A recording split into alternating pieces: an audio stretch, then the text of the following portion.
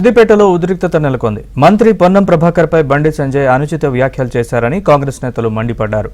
బండి వ్యాఖ్యలపై ఉస్నాబాద్ పోలీసులకు కాంగ్రెస్ నేతలు ఫిర్యాదు చేశారు. వెంటనే బండి సంజయ్ క్షమాపణ చెప్పాలని డిమాండ్ చేశారు. బండి ప్రజాహిత యాత్రను అడ్డుకునేందుకు కాంగ్రెస్ పిలుపునిచ్చింది. ముల్కనూరులో బండి సంజయ్కు వ్యతిరేకంగా కాంగ్రెస్ ఫ్లెక్సీలు ఏర్పాటు చేశారు. కాంగ్రెస్కు వ్యతిరేకంగా అంబేద్కర్ కూడలిలో బీజేపీ కార్యకర్తలు ఆందోళన చేయడంతో ఉద్రిక్తత ఏర్పడింది.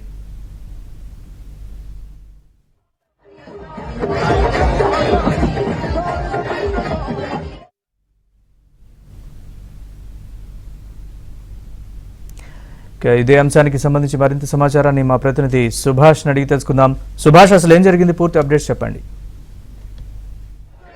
ఉస్నాబాద్ నియోజకవర్గంలో బండి సంజయ్ ప్రజాహిత పాదయాత్ర రెండవ రోజు ఉద్రిక్తతకు దారితీసింది. ప్రధానంగా నిన్న కోహెడలో కానీ చిగురుమామిడి మండలంలో కానీ బండి సంజయ్ ఏదైతే రాముడి మీద కావచ్చు, ఆ తల్లి మీద కావచ్చు మాట్లాడిన అంశాల మీద కాంగ్రెస్ శ్రేణులు బగ్గుమంటున్నాయి. ప్రధానంగా మంత్రి పొన్నం ప్రభాకర్ పట్ల అనుచితంగా ప్రవర్తించారని చెప్పేసి కాంగ్రెస్ నేతలు ఈపాటికే పోలీస్ స్టేషన్లో ఫిర్యాదు చేసిన పరిస్థితి ఉంది. సో ఈ నేపథ్యంలోనే బొమ్మనపల్లి నుంచి ప్రారంభమైన రెండవ రోజు బండి సంజయ్ పాదయాత్ర కూడా ఉద్రిక్తతగా మారిందని చెప్పొచ్చు. పోలీసులు కూడా మనం చూస్తున్నాం ఎక్కడికక్కడ కాంగ్రెస్ శ్రేణులను అటు బీజేపీ శ్రేణులను అరెస్ట్ చేస్తూ బండి పాదయాత్రను సాఫీగా సాగేందుకు ప్రయత్నం చేస్తున్న పరిస్థితి కనిపిస్తుంది. సో ఈ ఉద్రిక్తతకు సంబంధించి కాంగ్రెస్ శ్రేణుల అభ్యంతరాలు ఏమిటి, వారు ఏమనుకుంటున్నారో వారిని అడిగి తెలుసుకునే ప్రయత్నం చేద్దాం. ప్రస్తుతం మన దగ్గర కొంతమంది కాంగ్రెస్ నాయకులు ఉన్నారు, వారిని అడుగుదాం.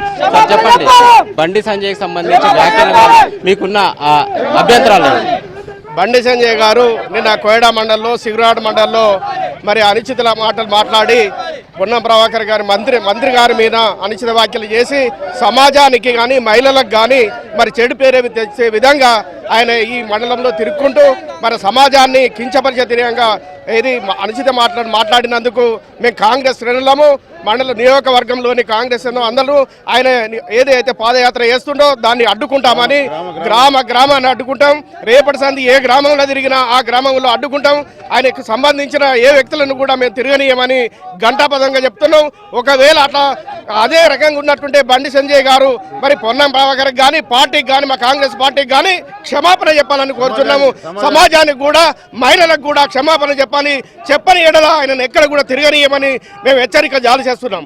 జై కాంగ్రెస్. అంటే అయోధ్యలో రాముని జన్మస్థలానికి సంబంధించిన వివాదం కూడా కొనసాగుతుంది. సో ఆ రాముడు అక్కడే పుట్టాడని గ్యారంటీ ఏంది అన్న సందర్భంలో తాను ఈ వ్యాఖ్యలు చేసినట్టు అని చెప్తున్నారు. సో దీనికి ఏమంటారు?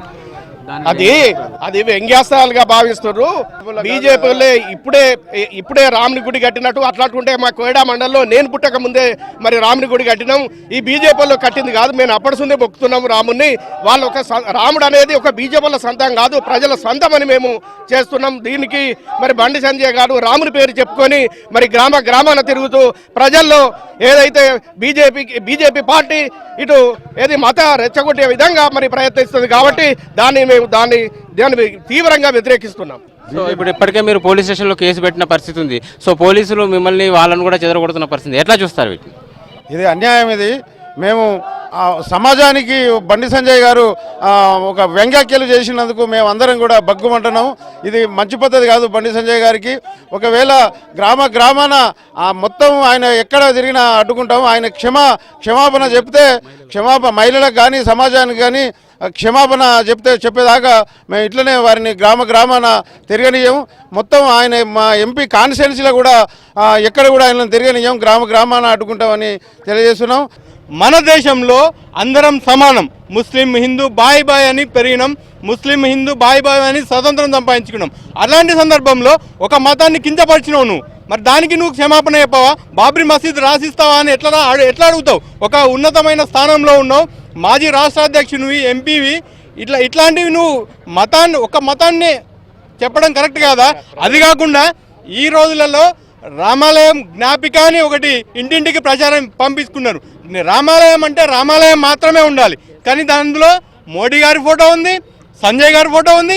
సరే, వీళ్ళిద్దరి కాకుండా వాళ్ళ కమలం పువ్వు కూడా చిహ్నం కూడా ఉంది. ఇదెంతవరకు కరెక్టు?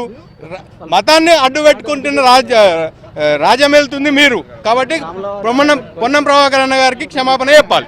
మొత్తానికి పోలీసులు వాతావరణాన్ని చల్లబరిచే ప్రయత్నం అయితే చేస్తున్న పరిస్థితి కనిపిస్తుంది. వీడియో జర్నలిస్ట్ గిరితో సుభాష్, ఏబిఎన్ ఆంధ్రజ్యోతి, ఉస్మానాబాద్.